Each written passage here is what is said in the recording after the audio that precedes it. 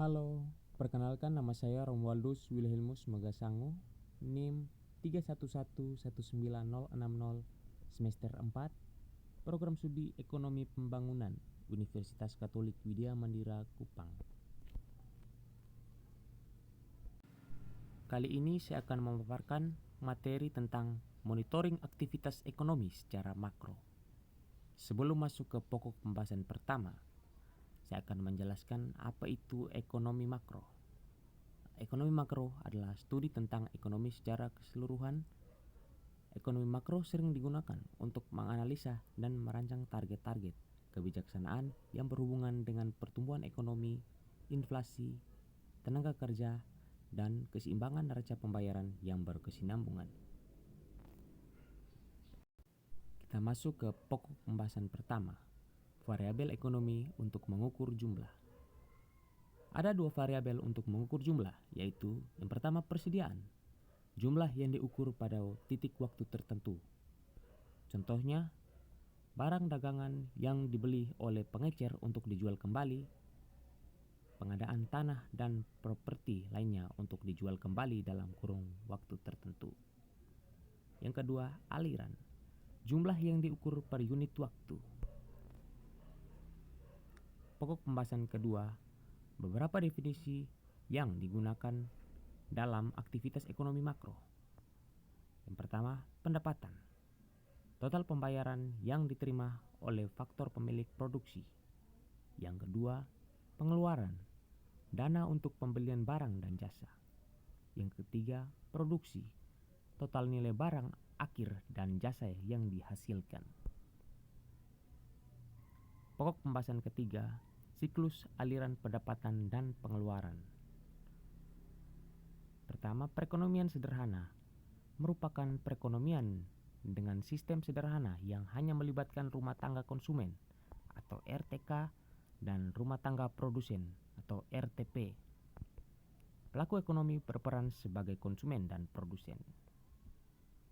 Kedua, perekonomian sesungguhnya merupakan kegiatan perekonomian yang melibatkan rumah tangga konsumen atau RTK dan rumah tangga produsen atau RTP. Pelaku ekonomi berperan sebagai konsumen dan produsen, serta adanya tabungan dalam rumah tangga dan investasi di perusahaan.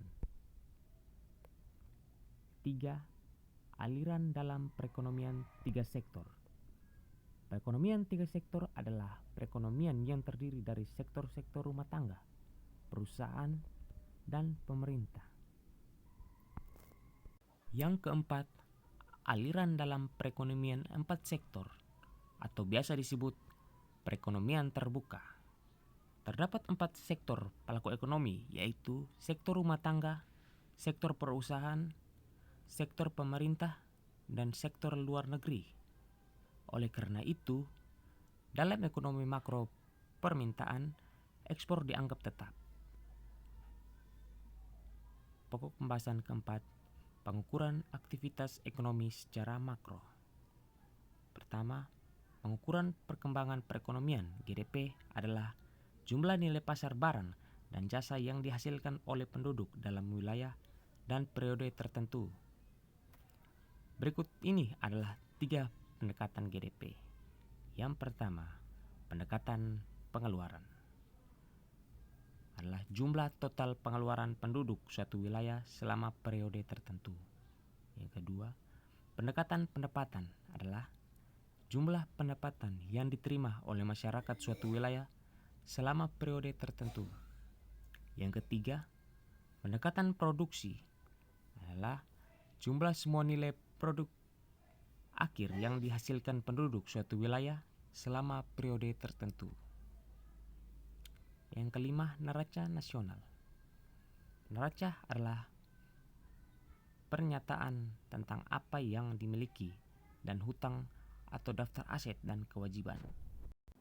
Pertama, kekayaan adalah selisih antara total aset dengan total kewajiban. Yang kedua, kekayaan neto adalah nilai kekayaan seseorang dalam neraca. Ketiga, uang adalah sesuatu yang dapat diterima secara umum sebagai alat pertukaran. Pokok pembahasan ke-6, pertumbuhan ekonomi dan inflasi. Pertumbuhan ekonomi adalah tingkat perubahan GDP real dari satu tahun ke tahun berikutnya. Terdapat dua pengukuran tingkat harga. Yang pertama, inflasi.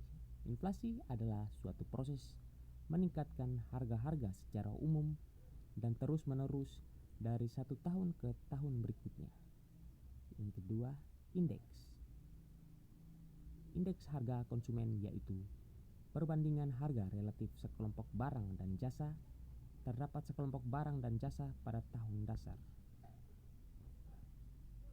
Sekian dan terima kasih.